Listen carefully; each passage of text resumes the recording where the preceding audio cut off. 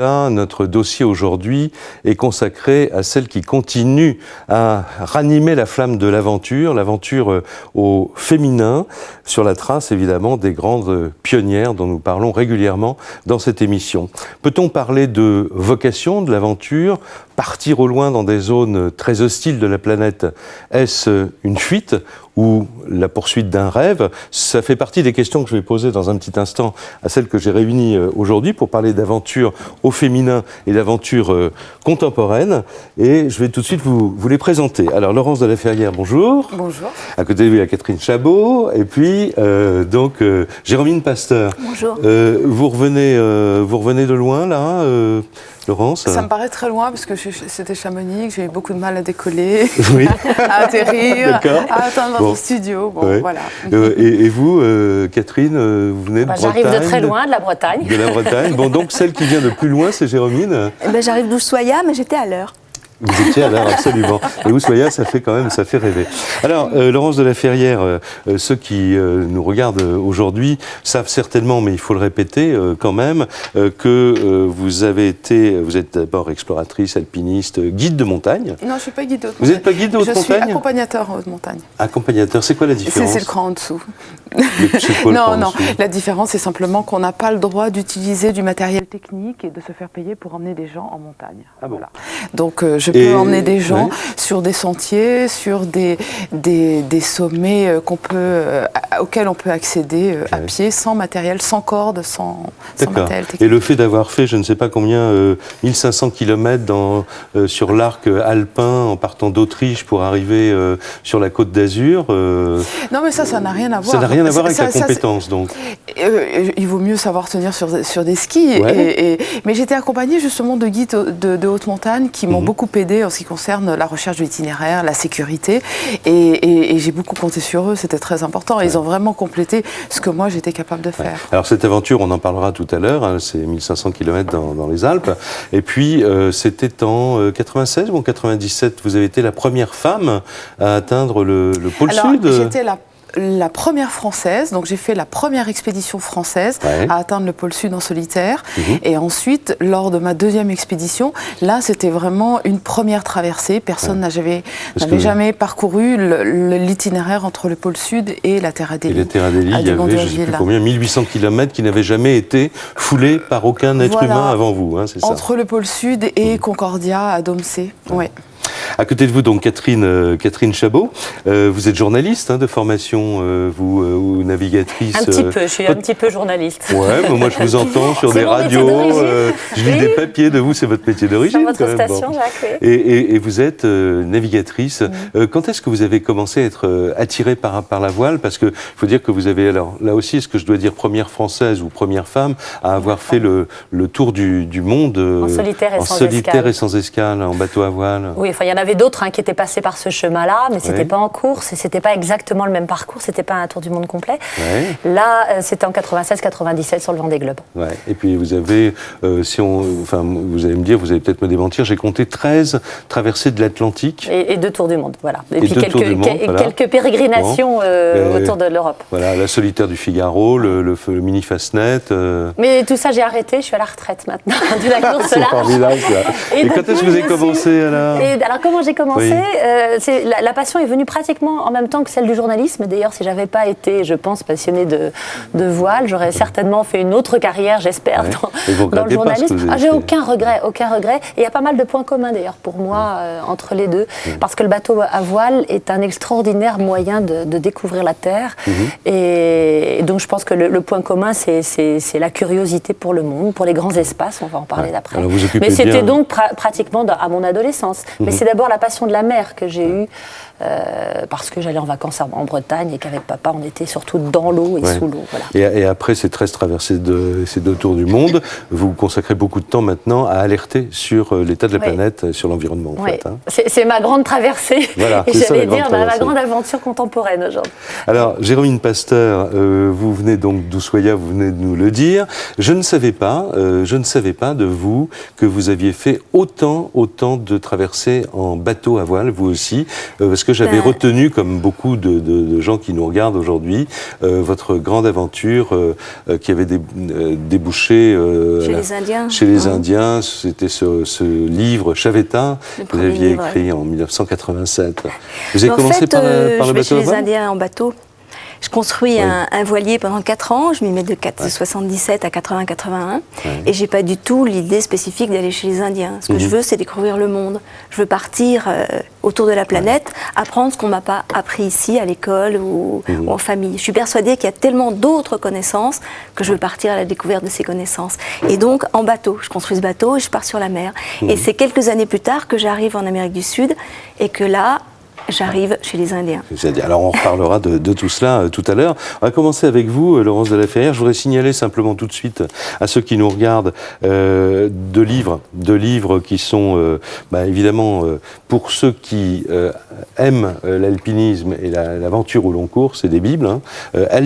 Alpissima, ça c'est sur votre périple donc de l'hiver 2006. C'est un livre qui est paru l'an dernier. C'est aux éditions Robert Laffont donc. Et on va reparler de cette traversée de l'arc alpin. Et puis, votre aventure au pôle, seul dans le vent des glaces, c'est aussi chez Robert Laffont. Et c'est un livre qu'on trouve aussi dans les éditions J'ai lu maintenant, oui. Donc en livre de poche. Et c'est le journal de bord de votre aventure. Vous voulez bien qu'on regarde quelques images tout de suite, avant d'aller plus loin, On va regarder quelques images de l'expédition au pôle Sud, dont on vient de parler très, très rapidement. Vous allez voir, il fait très mauvais. Et si vous me passez l'expression, c'est pas de la tarte. Regardez.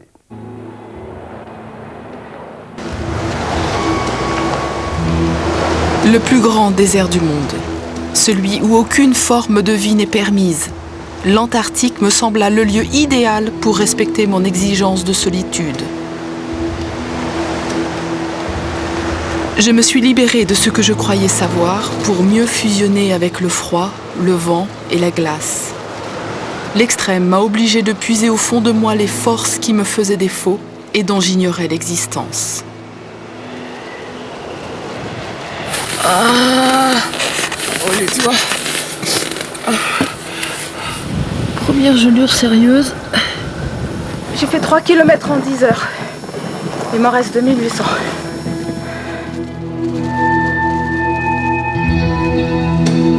De cette nature vierge et puissante, paradoxalement, j'en ai gardé un sentiment de grande fragilité. Alors évidemment, ça commence mal, 3 km en 10 heures, il en reste 2800.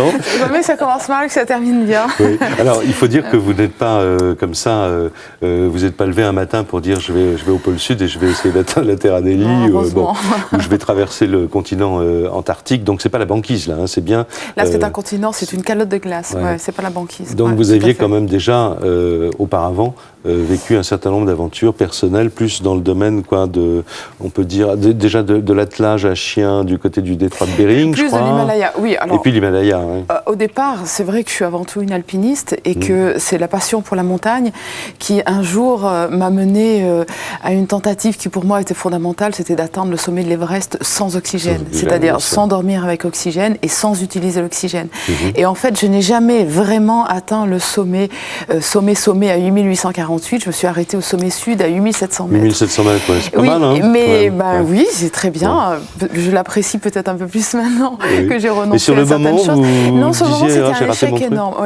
Pour moi, c'était un échec très important. Et je me suis dit que la meilleure manière de me remettre en question et d'essayer d'aller plus loin que ce que je savais pour l'instant et de ce que j'avais à ma disposition, c'était de me mettre dans une situation qui me déstabiliserait complètement et où je serais totalement seule. Et c'est comme ça que j'ai décidé un jour de partir en solitaire en Antarctique, qui est le plus grand désert du monde. Mais pour ça, donc, j'ai traversé le Spitzberg, le Groenland, la Sibérie. Je veux dire, je me suis préparée. Oui, pour essayer d'apprivoiser cet univers qui est extrêmement violent, qui est très brutal, qui n'est pas fait pour l'être humain, qui a des exigences concernant le froid, concernant l'autonomie, concernant l'isolement qui sont extrêmes. Donc, c'est vrai qu'on se retrouve dans un immense miroir qui reflète l'exactitude de ce que vous êtes. Et vous ne pouvez pas faire autrement que d'y faire face. passe. Voilà. Vous considérez que ce genre d'aventure, en fait, vous fait découvrir, en dehors d'un exploit sportif aussi, des ressources que vous avez au fond de vous et que vous ne soupçonnez pas, en fait. C'est ça le plus important. Je veux dire, le terme d'exploit n'est pas quelque chose de très intéressant. Ça permet peut-être de positionner l'histoire, mais le plus important, c'est cette découverte de l'être humain. Donc, je reste un être humain, quoi qu'il arrive, et que tout ce que j'ai pu découvrir sur le terrain me permet de partager maintenant des choses qui sont très différentes de ce que l'on peut découvrir dans la vie de tous les jours. Et d'accomplir quelquefois des choses qui sont impossibles, quoi, finalement. Je ne sais pas combien pesait le poulka que vous aviez derrière vous, là, sur les images. 150 kilos. Oui.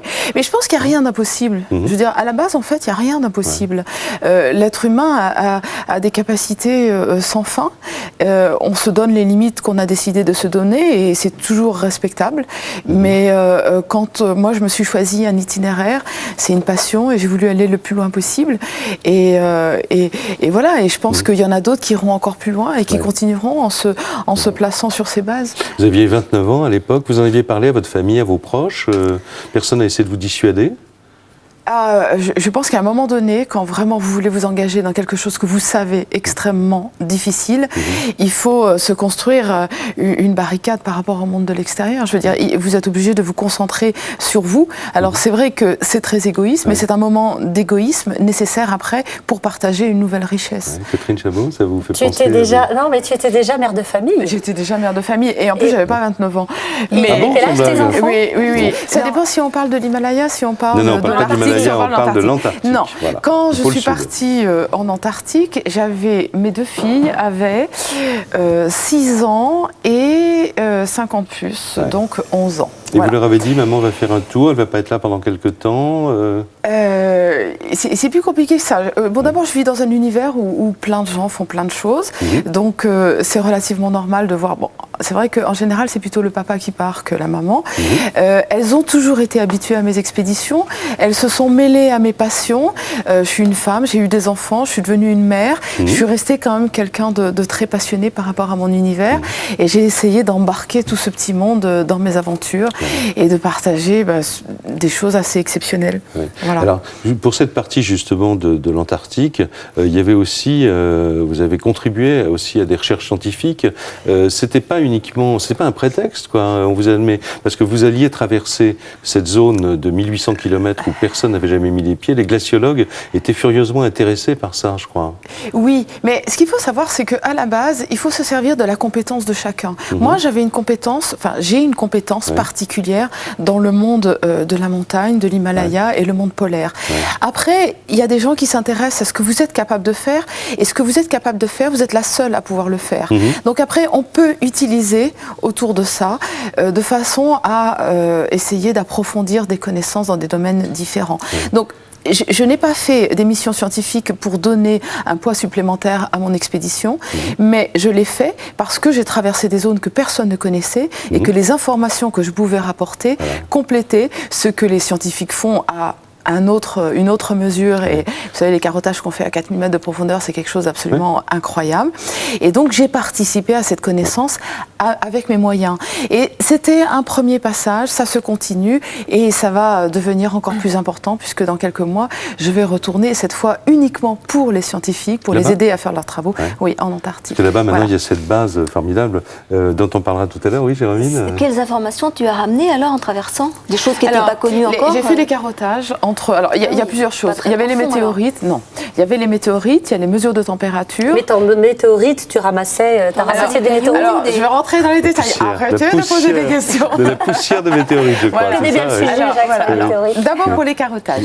Les carottages, j'avais un carottier en titane qui faisait 1 mètre de profondeur. Donc, je prélevais tous les jours. C'était pas 4000 mètres. Non. Mais c'est quand même 10 heures de marche et puis à un moment, vous dites faut encore que je fasse le carottage. Je me tape la carotte.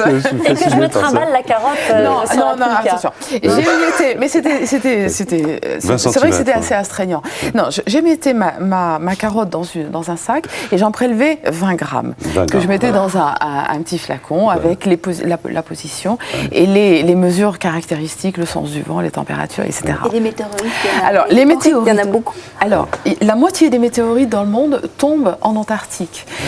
Sauf que dans la zone que j'ai traversée, c'est une zone de neige qui ne transforme pas et où le fond en rocher est très très loin. Donc on ne peut pas retrouver de grosses pierres parce que s'il y a une grosse pierre qui tombe, elle s'enfonce très vite. Voilà. La seule chose que l'on ait retrouvée, c'est de la poussière de météorites, donc dans les échantillons de glace que j'ai ramenés. Alors je voudrais qu'on saute vraiment du coq à l'âne, d'une aventure à l'autre.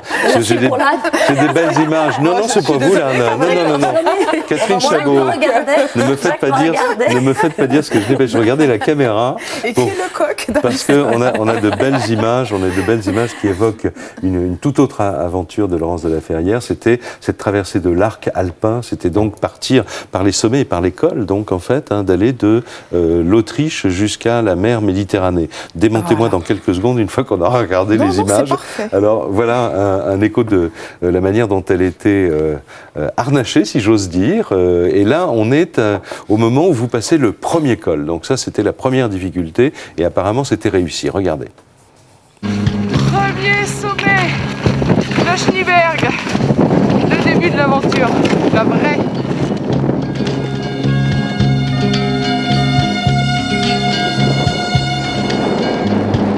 Alors là, on a Vienne, pas très loin, juste en bas de la vallée. On est parti de là. Aujourd'hui, on est au sommet du début de l'arc alpin. Et puis, dans 100 jours, on va être là-bas derrière, sur la côte près de Nice.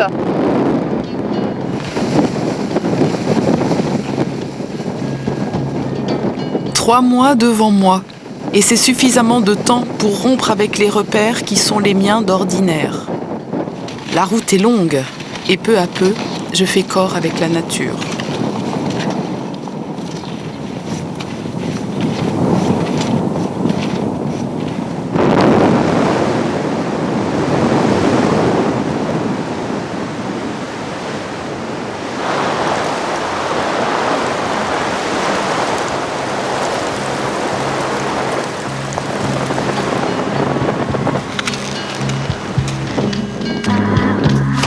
On approche de ce col. On y est, 5 minutes. On monte encore un bout à pied. Voilà, 3 mois, 15 sommets à gravir, 110 cols à franchir. C'était à peu près 120 000 mètres de dénivelé. Quand on met ça sur le papier, ça paraît hallucinant.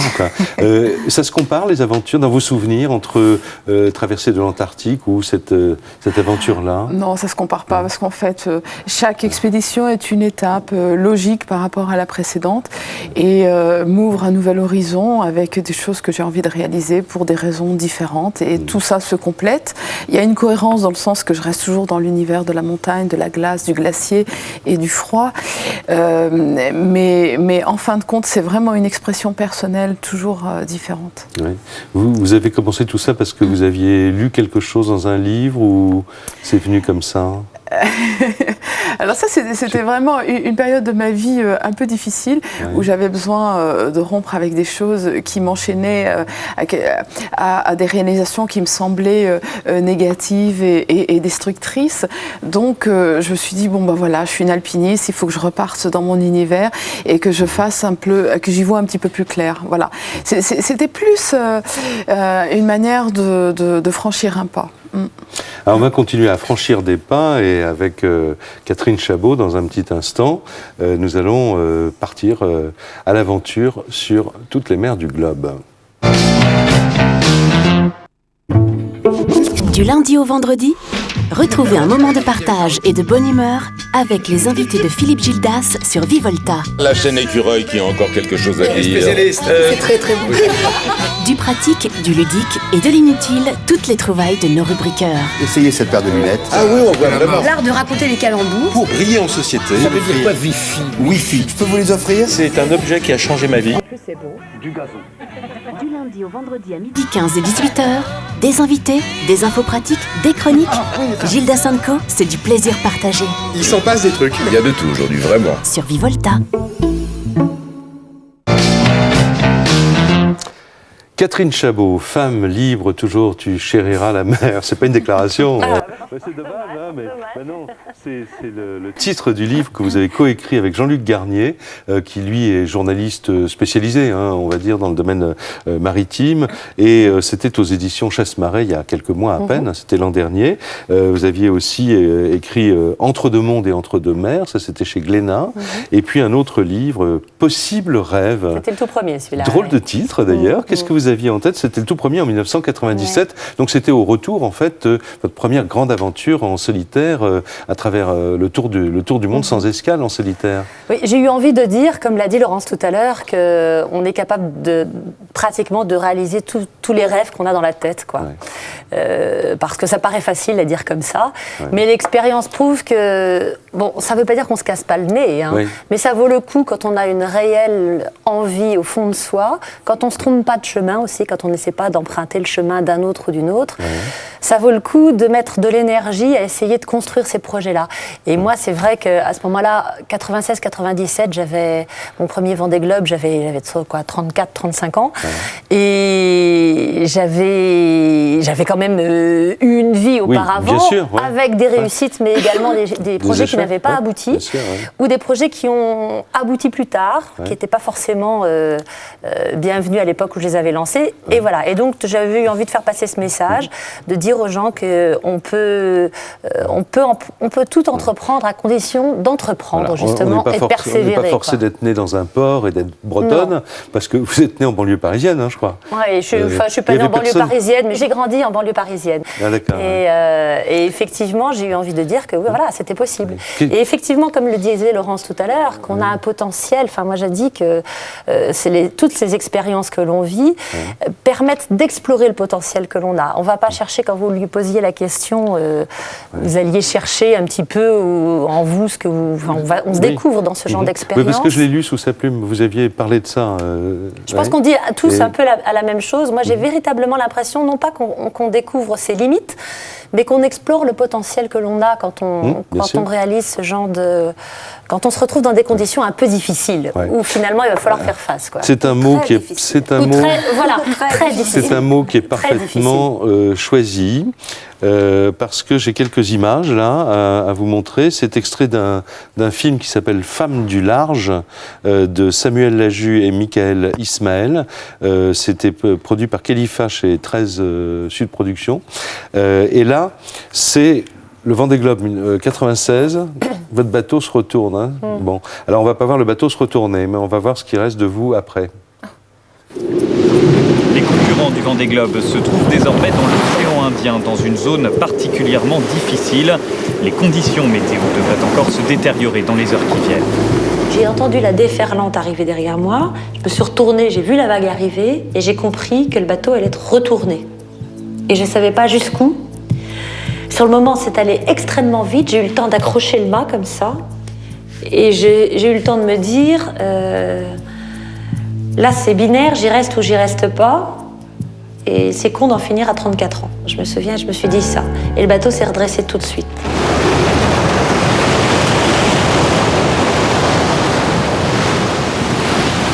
C'est quand le bateau s'est redressé que j'ai commencé à avoir une peur monstrueuse. Je comprenais que j'étais pas loin d'y passer pas très très loin, quoi. Et pour retourner au cockpit, j'y suis retournée à 4 pattes, parce que je tremblais comme ça. J'arrive dans le cockpit, et c'était un capharnaüm total. J'ai voulu rentrer, je me suis dit d'abord, il faut que je me calme. D'abord, j'ai ramassé tous les bouts qui traînaient dans l'eau, la grand voile qui traînait dans l'eau, enfin, tout ce que j'ai pu ramasser. Quand ça a été ramassé, je me suis dit, avant de poursuivre et de voir l'étendue des dégâts, je vais rentrer dans le bateau, alors qu'il était fermé, j'avais fermé le capot, pour aller me faire un thé, pour me remonter, prendre un truc. Et j'ouvre le capot et c'était l'horreur à l'intérieur. Toutes les caisses se sont renversées, il y a toute l'alimentation. Heureusement, tout est sous vide, enfin, tout est emballé sous plastique. L'alimentation, les vêtements, sous la table à cartes, tous les bouquins qui étaient là ont valsé. J'ai plein de choses qui sont esquintées, qui ont pris l'eau. Dans la soute à voile, je suis allée voir qu'hier, un souk pas possible. Tous les jerrycans d'essence ont giclé. j'ai commencé à écoper, mais j'ai pas fini de nettoyer. Je pense que de cette histoire, je m'en sortirai dans quelques jours seulement. Alors là, on est c'est séquence souvenir, mais vous avez encore un peu le poil qui se hérisse. Mais c'est à cause du studio. Ah, c'est ça, oui, bien sûr. Oui, non, mais en même temps, Géraldine Pasteur, ça vous évoquait vous aussi en regardant ces images? Je réagis complètement. J'ai fait 2 fois le tour en Manche comme ça avec un bateau aussi au mois de janvier. J'ai jamais fait un tour complet. J'étais dedans, moi. Quand on a fait 2 tours complets, j'étais dedans. Donc en Manche, à côté, quoi. Et là, vous étiez au mois de janvier, donc frisqué. Et là, vous étiez dans l'océan Indien au cours de votre premier Vendée Globe. Une tempête épouvantable, vous n'en avez pas connu d'autres depuis? Oui, j'en ai connu d'autres sur ce Vendée Globe 96. Vous savez, c'est le Vendée Globe où il y a eu 4 retournements. Jerry Rouf n'est pas revenu. Thierry Dubois, je ne sais pas si vous vous souvenez, a été récupéré. Il a barboté dans une eau à 4 degrés, etc. Tony Bullimore et Raphaël Dinelli, vous vous souvenez, cette hécatombe. Moi, j'étais la première, j'étais un peu derrière. Ces images sont impressionnantes. J'étais un peu derrière. Celle-là, je ne crois pas. Non, ça, c'est pas de moi, ça. Enfin, c'est impressionnant. Mais c'est terriblement. C'est dur de filmer les tempêtes en mer. Et j'ai été effectivement complètement. D'abord, j'ai fait des erreurs qui sont à l'origine certainement de cette du fait d'avoir été couché par la déferlante. Mais j'ai vraiment entendu la déferlante arriver. C'était une montagne qui arrivait. J'ai compris qu'elle allait bousculer le bateau. Et j'étais dehors. Je m'étais attachée en 2 points parce que comme une idiote, je voulais réduire la toile encore, alors qu'il fallait pas réduire la toile. Il fallait conserver de la vitesse. C'est votre analyse après coup en vous disant. Oui, et même moi, Tessier, il le raconte dans La Longue Route qu'il faut conserver de la vitesse. Et il faut faire route. Et j'avais pas ce qu'on dit en langage de marin empanné, c'est-à-dire j'avais pas conservé. Le vent avait tourné et j'aurais dû laisser le bateau plein cul. Enfin, vraiment. C'était trop travers. Et j'étais trop travers. Et j'étais donc ballottée. Et je me suis. Sur le moment, j'ai pas eu peur. C'est après, c'est a posteriori que j'ai eu vraiment très peur. Mais vous le dites là quand vous rentrez à Quatre Pattes parce que vous êtes quand même choqué. Il m'a fallu 1 mois pour m'en remettre. Et d'ailleurs, 4 ans plus tard, alors à l'arrivée du Vendée Globe. Attendez, excusez-moi, mais vous l'avez terminé ce Vendée Globe. Oui, j'envisageais pas du tout une seconde de m'arrêter. C'est-à-dire vous aviez votre mât était resté en place. Mais j'ai réussi. Alors bien évidemment, j'ai rien gagné. Je suis même arrivée la dernière sur les 15 concurrents au départ. On est 6 à avoir bouclé. J'étais la dernière. Enfin, vous l'avez fait quand même. Mais ce qui est incroyable, c'est pas forcément d'avoir bouclé le tour ou même d'être arrivé. Si j'étais arrivée sur un podium, c'est pas là la victoire. La victoire, c'est tout ce qu'on arrive à régler comme problème au quotidien, c'est des petites victoires du quotidien qui sont extraordinaires. Moi, j'ai réparé, je ne vais pas rentrer dans les détails techniques, mais des éoliennes qui sont tombées en panne, et si je n'avais pas réussi à les réparer, je n'aurais plus d'énergie du tout. Plus de contact possible avec l'extérieur. Plus de contact, oui, puis même le pilote automatique, je pense que ça aurait été un peu compliqué pour la suite. Et bien, le jour où j'ai réparé mes éoliennes, mais j'étais championne du monde, quoi. Donc, on se retrouve dans ces situations-là, soit à la fois ridicules, petit, on n'a pas été conçu pour aller là, comme disait Laurence tout à l'heure, et en même temps, quand on arrive à faire face, on se dit, mais on y arrive, quoi. On y arrive. Avec l'idée quand même que vous êtes passé très près de la mort, quand même. Hein, on oublie, je crois. Alors le problème, c'est que moi je suis pas sûre qu'on oublie. Moi je pense que les mauvais souvenirs, on les oublie, mais quand on se retrouve dans les situations, sur le Vendée Globe que j'ai couru 4 ans plus tard, je peux vous dire que ma traversée de l'océan Indien, je serrais les fesses et pourtant j'ai pas eu de mais vous avez fait une autre tentative. Alors qu'il y a un Anglais, je ne sais plus comment il s'appelle, mais je crois qu'il avait fait le tour du monde une fois, en passant par le Cap Horn, son bateau s'était retourné, il avait écrit un bouquin après, et le titre en anglais c'était Once is enough. Une fois suffit, et il n'a jamais plus renavigué après. J'ai lu ça, ça a été mon livre de chevet. Mais ça leur est arrivé 2 fois à eux. C'est pour ça qu'il dit une fois suffit, parce que la deuxième fois ils y retournent et leur arrive la même chose au Cap Horn.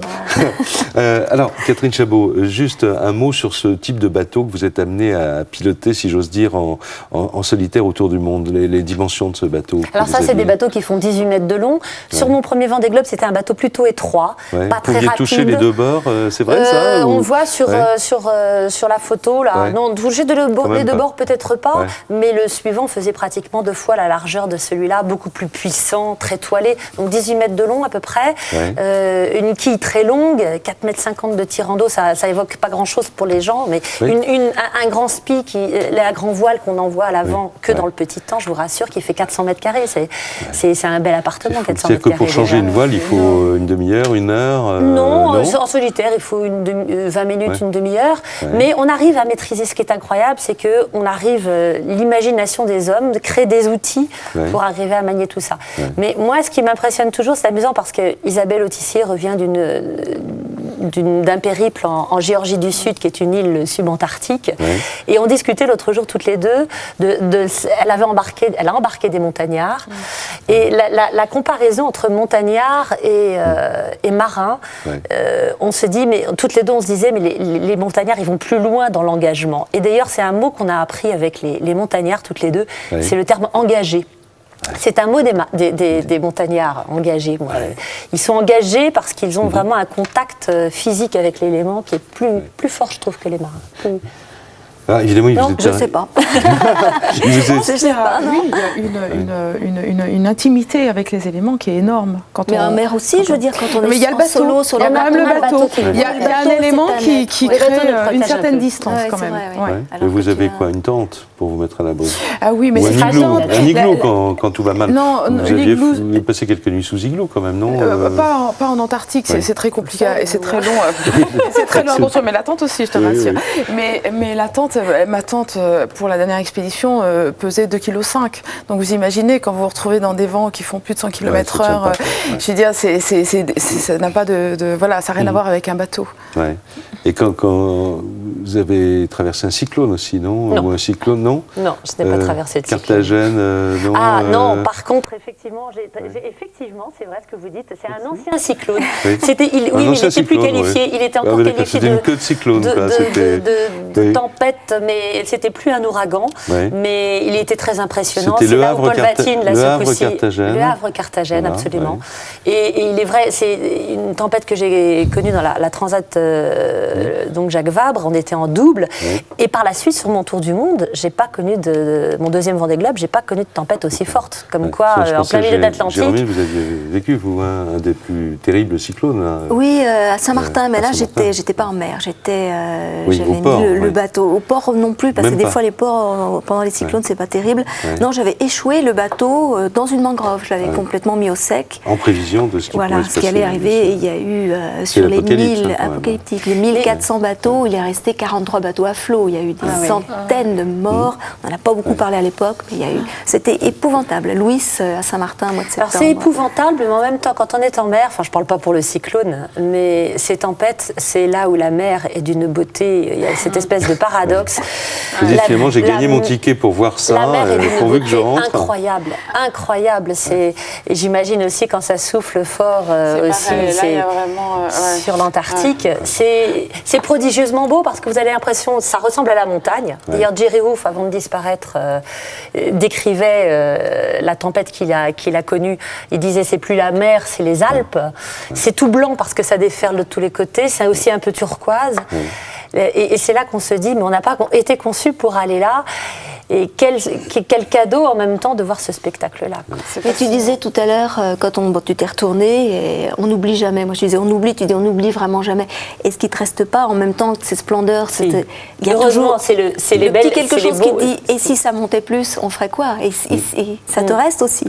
Moi ça me reste. Je veux dire après des tempêtes, j'en ai aussi quelques-unes en mer. Il y a toujours ce petit quelque chose qui fait qu'on ne profite pas. Enfin moi je pense à 100% de cette beauté extraordinaire parce qu'il y a la relation par rapport au danger, et la petitesse de ce que l'on est. Il y a une question que je me pose, que se posent beaucoup de gens, vu de l'extérieur, quand on parle avec des aventuriers d'une manière générale, c'est de se dire, mais ces gens-là, finalement, ils montent toujours la barre. C'est un peu comme aux Jeux Olympiques, quand on monte la barre pour le saut en hauteur, quoi. On commence par un sommet à 8000 et quelques mètres, on continue, on traverse un continent glacé, et puis on se dit, après, un jour, ça va casser, quoi, la corde va casser. Vous, même chose pour la subtilité de l'être humain. Vous posez, non, mais est-ce que vous posez cette question? Moi, je pense, je pense que la tentation d'essayer d'aller voir plus loin est importante parce que on acquiert au fur et à mesure plus de connaissances, plus de confiance en soi, et que c'est fascinant de savoir qu'est-ce qu'il y a derrière, Donc c'est vrai qu'on s'autorise un certain nombre de choses, mais par contre, contre, moi, plusieurs fois, je me suis dit, ah, attention, là, je commence à toucher quelque chose.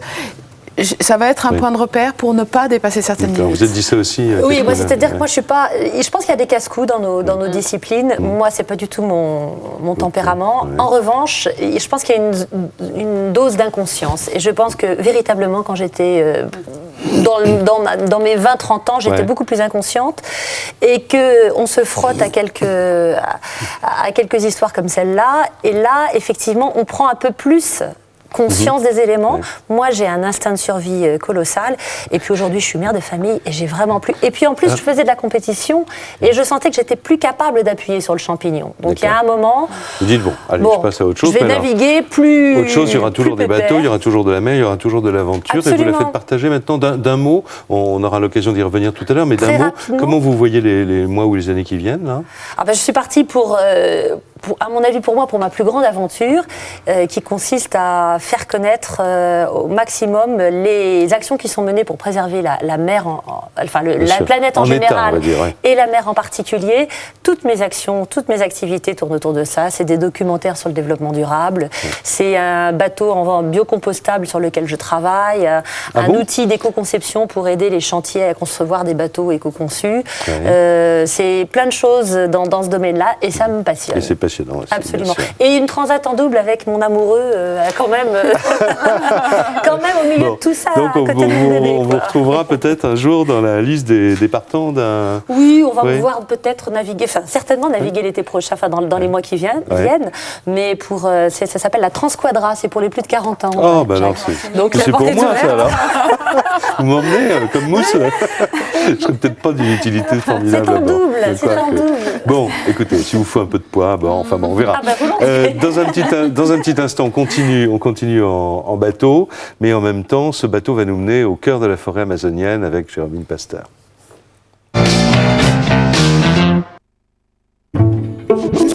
Tous les lundis, Serge Moati nous reçoit chez lui pour un entretien avec une personnalité qui nous a marqués, qui a traversé notre époque. De vous à moi, je reçois aujourd'hui Pierre Arditi, c'est un comédien que vous adorez. Mais alors lui, je préfère dire qu'il est un acteur de la scène, au théâtre, à la télévision, etc. Pierre Arditi excelle. Arditi, bien sûr, c'est ses engagements, ses colères, vous les connaissez, ses angoisses, évidemment, ses amours, ses contradictions. Un homme bien. Et je te dis bravo. De vous à moi, il arrive, Pierre Arditi. Alors qu'est-ce qu'on fait? Demain, Serge Moati reçoit Pierre Arditi. De vous à moi, à 20h45, sur Vivolta.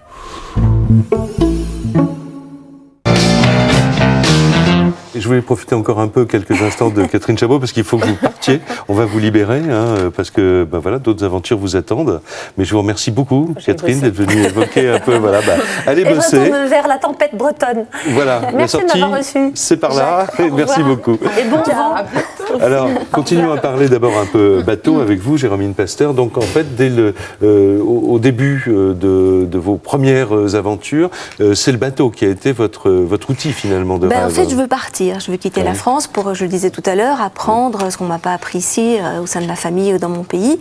C'est une fuite ou c'est un appel? Non, c'est un vrai désir de connaissance. Je veux apprendre vraiment la vie, le monde. On dit que le voyage est l'école de la vie, c'était un peu instinctivement ce que j'ai ressenti. Et je construis un petit voilier pour ce faire parce que c'est très pratique. On emmène avec soi sa maison, ses affaires, ses bouquins, sa guitare.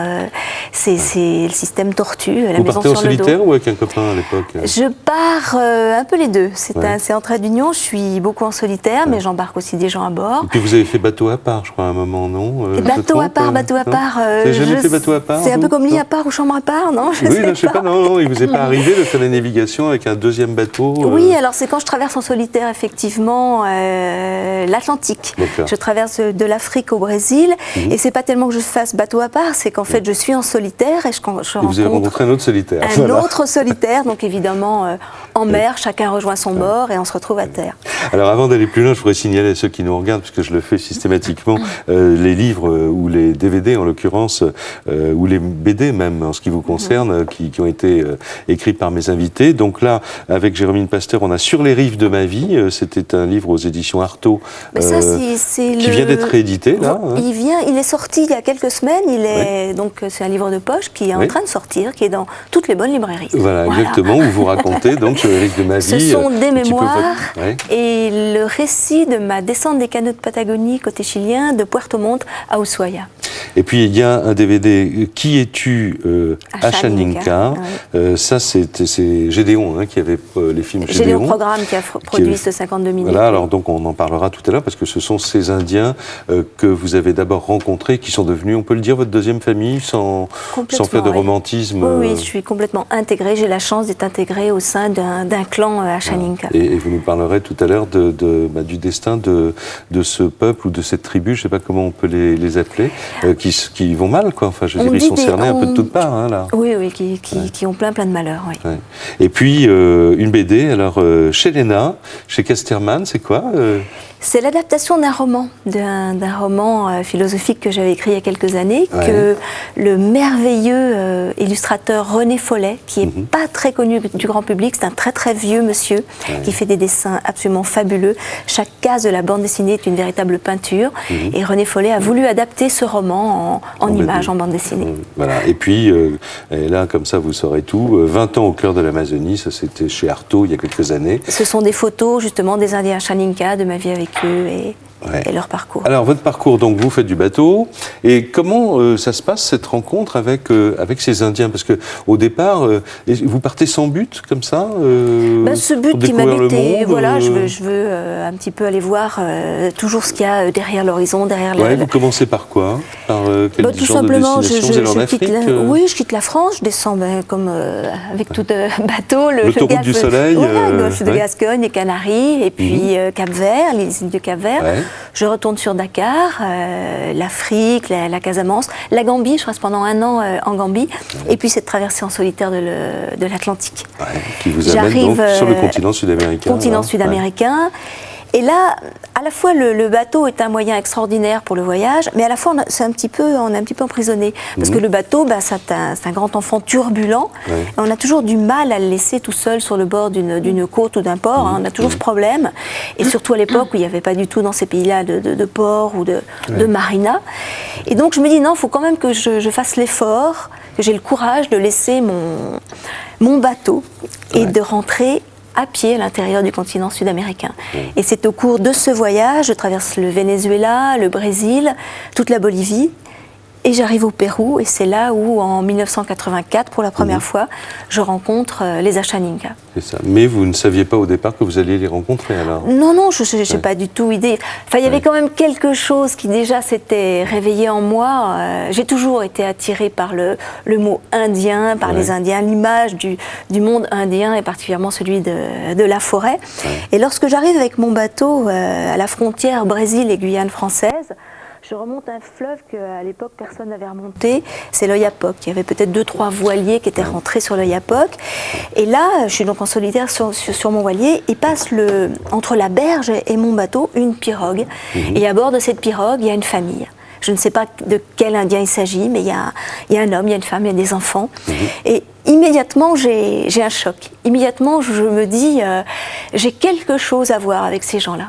Et sans doute inconsciemment, je ne sais pas, je n'y ai jamais réfléchi, le fait de rentrer de nouveau à pied au cœur de la forêt d'Amazonie, à travers le Venezuela, le Brésil, Bolivie et Pérou, certainement j'étais guidée par cet appel, je voulais entrer en contact avec ces gens-là.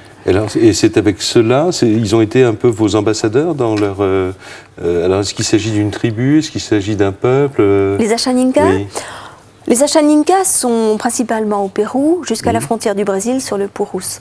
Il faut savoir qu'ils sont à peu près, même les ethnologues ne le savent pas vraiment, environ, disons, 40 000 personnes.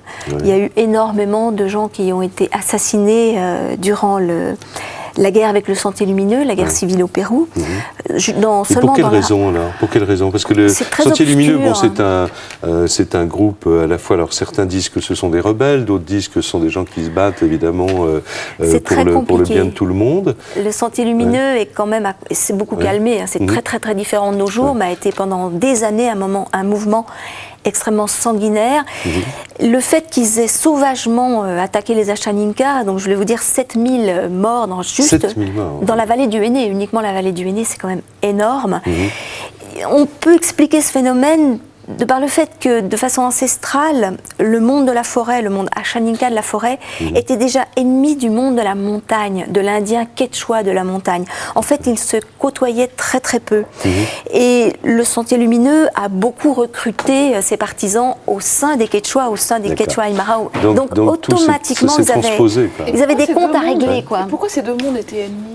Ça, je ne pourrais pas t'expliquer, je ne pourrais pas te dire. Ce sont des gens extrêmement différents qui n'ont pas du tout les mêmes valeurs sociales. Par exemple, le monde quechua est un monde social pyramidal, avec un chef sous lequel il y a toute une hiérarchie du plus petit au plus grand. Le monde Ashaninka vit en clan, c'est-à-dire qu'il y a seulement un pater familias qui va régir et guider, finalement, un tout petit groupe humain.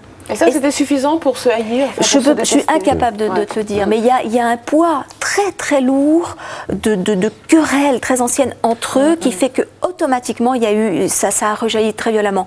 Et puis il y a aussi la lutte pour les territoires, c'est-à-dire qu'il s'est passé au Pérou un phénomène assez classique. Les gens des montagnes, qui avaient beaucoup de difficultés à vivre, à survivre en montagne, de par les conditions climatiques, ont commencé à envahir les forêts, même poussés par le gouvernement. Du coup, le monde Ashaninka a réagi. A commencé à se rétrécir aussi, ils avaient peur de ça, bien sûr. Mais on avait des flèches contre des fusils. Bon, mais ça, il nous faudrait des heures pour expliquer non, mais c'est ça. bien, enfin, je veux dire, c'est intéressant de savoir dans quel monde vous pénétrez. Vous ne savez pas tout ça à l'époque, j'imagine. Mais je ne sais pas du tout, mais je me rends très vite compte que c'est ce qu'on appelle une zone de non-droit. Très, très important, narcotrafic de cocaïne, donc repli du Sentier Lumineux, à l'époque pas vraiment, mais maintenant de plus en plus, et puis trafic illégal de bois précieux. C'est vraiment une zone... Et alors, Jérémine, quand vous arrivez chez eux, reprenons ce que vous racontiez dans Chaveta, tout simplement. D'abord, ça veut dire quoi, Chaveta? Chaveta, c'est le surnom que m'a donné une petite fille, et Chaveta, c'est un papillon.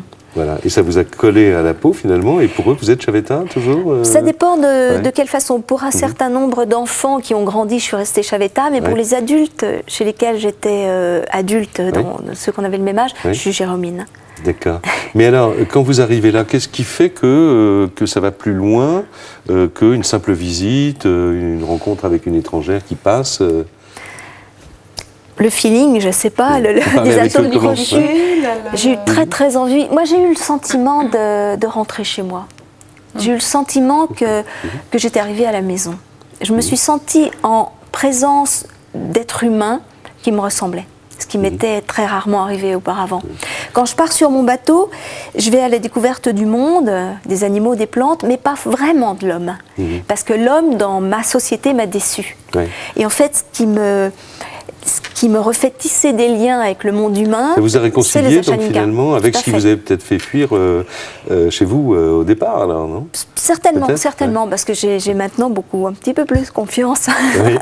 Mais en même temps, j'ai revu l'homme à l'origine de l'homme, si vous voulez. Et c'est très classique de le dire, c'est très rousseauiste. Mais je pense que vraiment, tant que l'homme vit en clan, dans un tout petit groupe humain, pour sa survie, il est bon. Parce que le moindre défaut qui va apparaître va nuire à la survie du clan, donc il est immédiatement annihilé.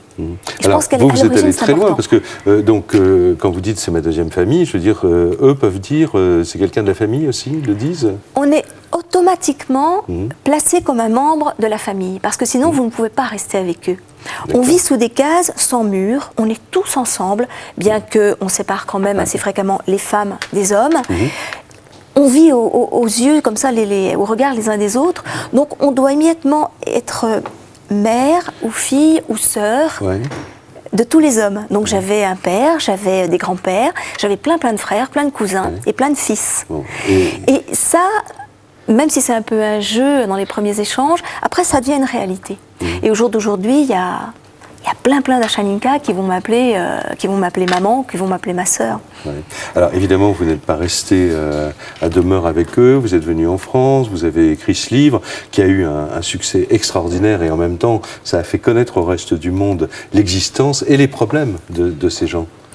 Lorsque je vais chez eux la première fois, ils sont la dernière communauté Ashaninka encore vierge de tout contact occidental. grâce à un padré, à un missionnaire. Tous les missionnaires ne sont pas exemplaires, mais celui-ci est absolument extraordinaire, c'est le padré Mariano Gagnon. Il leur sert de cerbère à l'entrée de la vallée du fleuve Cuti-Bereni. Et grâce à lui, cette communauté est encore complètement vierge. Bon, évidemment, 24 ans plus tard, c'est pas du tout le cas. Il s'est passé des tas de choses. Mais lorsque j'arrive chez eux, j'arrive vraiment à l'origine de l'homme. Et comment ce père protégeait cette communauté? De quelle manière? Comment il y est arrivé? Tout simplement en tapant du poing sur la table. En empêchant les gens de passer, quoi, vous voulez dire, parce que les accès ne sont pas très... Justement, oui, c'est très très difficile l'accès, un petit peu moins aujourd'hui, mais toujours, il faut déjà savoir où c'est, comment pouvoir y arriver. Et Mariano, en tapant du poing sur la table, disait tout simplement aux colons, vous ne rentrerez pas sur les rives de Cuti-Bereni, vous ne franchirez pas le fleuve Aîné à cette hauteur. Alors vous avez... Et vu qu'ils sont quand même très très catholiques au Pérou, ils écoutaient le padré. Jusqu'au jour où ils ont brûlé, détruit la mission, ils ont voulu le tuer, etc. Voilà, et vous êtes revenu dans ce village après ce drame. Bien sûr, après ça, oui. L'association Chaveta existe depuis 4 ans. On a, grâce à Chaveta et à Nokel, qui est extraordinaire donateur, on a ouvert 7 écoles là-bas, à la demande des Indiens Chaninka, à la demande de mon chef de clan, parce que je ne ferai jamais rien pour eux qui ne soit pas quelque chose qu'eux-mêmes m'aient demandé. Donc ça veut dire que ce ne sont pas des gens qui veulent s'enterrer et s'interdire tout contact avec l'extérieur. Tout au contraire. Ils veulent juste contrôler les contacts, en fait, si j'ai bien compris. Mais ils veulent que les méchants restent à l'extérieur et que les gentils sont bienvenus. Et ils m'ont demandé des écoles pour justement apprendre ce qu'est notre monde, pour pouvoir mieux s'en défendre. Mais le coup de l'ONU, c'est bien, j'aimerais bien, ça nous aiderait. Et est-ce qu'ils sortent de leur univers de temps en temps? Est-ce qu'ils voyagent? Mais ce que je disais tout à l'heure, tu as 40 000 Achaninka environ, donc il y a des Achaninka très différents les uns des autres. Oui, d'accord. Il y en a qui sont complètement déculturés. Est-ce qu'il y en a qui viennent en France? Je pense qu'il y a même 2-3 Achaninka qui doivent vivre à Paris, je ne les connais pas. Mais il y en a quelques-uns qui vivent à Lima. Mais disons que la grosse majorité font partie de la masse sociale la plus basse au Pérou. Mais ça commence à changer tout doucement. Mais ils ont besoin d'aide, on a besoin de moyens pour justement, parce qu'ils sont d'une intelligence, d'une vivacité, d'une curiosité du monde extraordinaire. Le désir que les enfants ont d'apprendre, faut voir comment ils partent à l'école le matin en courant, en se chamaillant, en hurlant de rire, et comment le fait que le professeur soit là est important. Ils font partie de votre vie, quoi, définitivement, maintenant. Totalement, et je crois que je fais partie de la leur aussi. Non, c'est ça, parce que je pensais à ça quand on emploie comme ça, un peu à tort et à travers le mot aventure. On emploie en termes amoureux, oh non, c'est une aventure, ça veut dire quelque chose qui ne va pas continuer. Or, en fait, les unes et les autres, je parle pour Catherine qui est partie. Une aventure n'a pas forcément une fin en soi. Et ben voilà, aussi, exactement. C'est l'aventure de la vie. Voilà, la vie est une aventure. Je pense que c'est sans fin, l'aventure c'est sans fin. En fait. Je vous remercie beaucoup d'être venu passer quelques minutes avec nous. Ne partez pas tout de suite, je voudrais simplement, avant de terminer l'émission, donner à ceux qui nous regardent les choix de la rédaction, puisque j'ai cité tous vos livres. Mais si vous voulez encore aller plus loin, alors il y a un livre sur les pionnières de l'aventure, puisque c'était un peu notre point de départ dans cette série. Elles ont conquis le monde, les grandes aventurières. C'est un livre d'Alexandra Lapierre et Christelle Mouchard, qui est paru chez Artaud l'an dernier, qui est absolument remarquable. Ça commence au XVIe siècle pour s'arrêter dans les années 50, et il y a vraiment, des destins, des trajectoires extraordinaires de femmes à travers les âges et à travers les continents. Une BD, La Terre sans mal, d'Anne Cibran et Emmanuel Lepage, qui est paru chez Dupuis, il y a quelques jours ou quelques semaines. C'est une BD, donc c'est le récit, ça raconte les aventures d'une jeune Européenne qui se rend en Amazonie, vous voyez, en 1939, par contre. Peu avant moi, et elle découvre des Indiens massacrés, et donc elle décide de participer, de prendre en main les survivants pour au moins faire en sorte qu'ils faire quelque chose. Un film documentaire qui est disponible en DVD s'appelle Femmes du large. On a passé quelques extraits tout à l'heure avec Catherine Chabot. C'est un documentaire donc qui est consacré à 7 femmes navigatrices et à leur manière, on va dire, de prendre la mer et d'embraver tous les dangers. Hélène MacArthur, Isabelle Autissier, et puis bien sûr Catherine Chabot et d'autres. Et puis un dernier livre alors à vous conseiller, Le sel de la vie. C'est Maud Fontenoy qui a écrit ce livre, paru chez Artaud aussi l'an dernier, préfacé par Nicolas Hulot, et donc elle retrace son tour du monde dans le mauvais sens, si j'ose dire. Voilà, à contre-courant et à contre-vent. Voilà. Merci beaucoup. Ah oui, si vous n'avez pas noté ça au passage, vous allez sur le serveur internet, bien sûr, www.vivolta.com. Merci de votre attention et à très bientôt. Au revoir.